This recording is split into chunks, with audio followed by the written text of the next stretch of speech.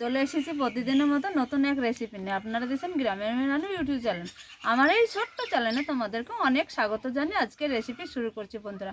আজ এমন একটা দারুণ স্বাদের রেসিপি তোমাদের সঙ্গে শেয়ার করব। আশা করছি খুব ভালো লাগবে তোমাদের আজকের রেসিপি।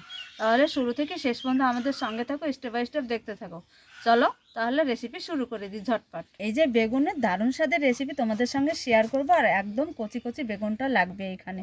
তার জন্য নিয়েছি আমি কচি কচি বেগুনটাই নিয়েছি। দেখো এই যে তোমাদের দেখায় কতটা কচি, আর খেতে কিন্তু দারুণ লাগবে। 4 ভাগে ভাগ করে নিয়েছি, এবার ছোট ছোট টুকরো করে কেটে নেব।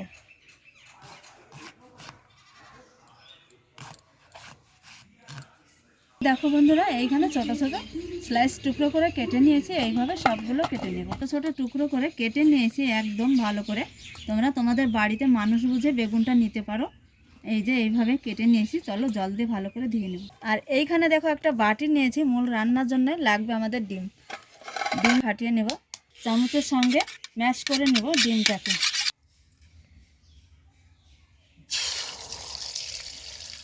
করে একটু ঝুড়ি করে নেব।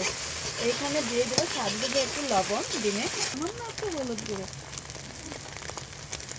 ঝুড়ি করে নেব। রান্নার রেগুলার তেল দিয়ে দিয়েছি। তেলটা খুব ভালো করে গরম করে নিয়েছি। এইখানে দিয়ে দেবো কেটে রাখা বেগুন। এখানে একটু হলুদ দিয়ে ভেজে নেবো বেগুনটা। এইবার তুলে নেবো। এইভাবে বেগুনটাকে কিন্তু ভালো করে ভেজে নিতে হবে। এখানে 3টে শুকনো লঙ্কা নিয়েছি। 3টে লঙ্কা ভেঙে দিয়ে দিব।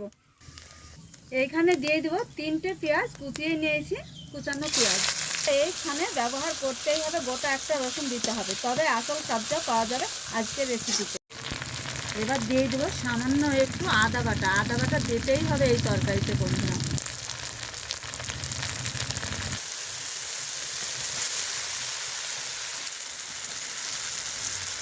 লবণটা দিয়ে নিয়ে এইবার দিয়ে দেবো স্বাদ অনুযায়ী লবণ, মরিচ ঝাল মতো দিয়ে দিব। এইটা দিলে আরও টেস্ট হবে।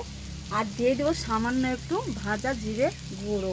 মনে হয়েছে খেতে দারুণ লাগে। ভাত রুটি দুই পাতেই কিন্তু একদম জমে যাবে।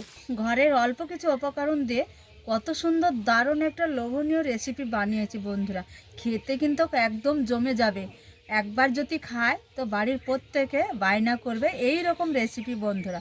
তো আজকের এই রকম রেসিপি তোমাদের কেমন লেগেছে অবশ্যই তোমরা একটা লাইক কমেন্ট শেয়ার করবে, চ্যানেলটা সাবস্ক্রাইব করবে। তাহলে আজকের রেসিপি এই পর্যন্ত, এইখানেই শেষ করছি।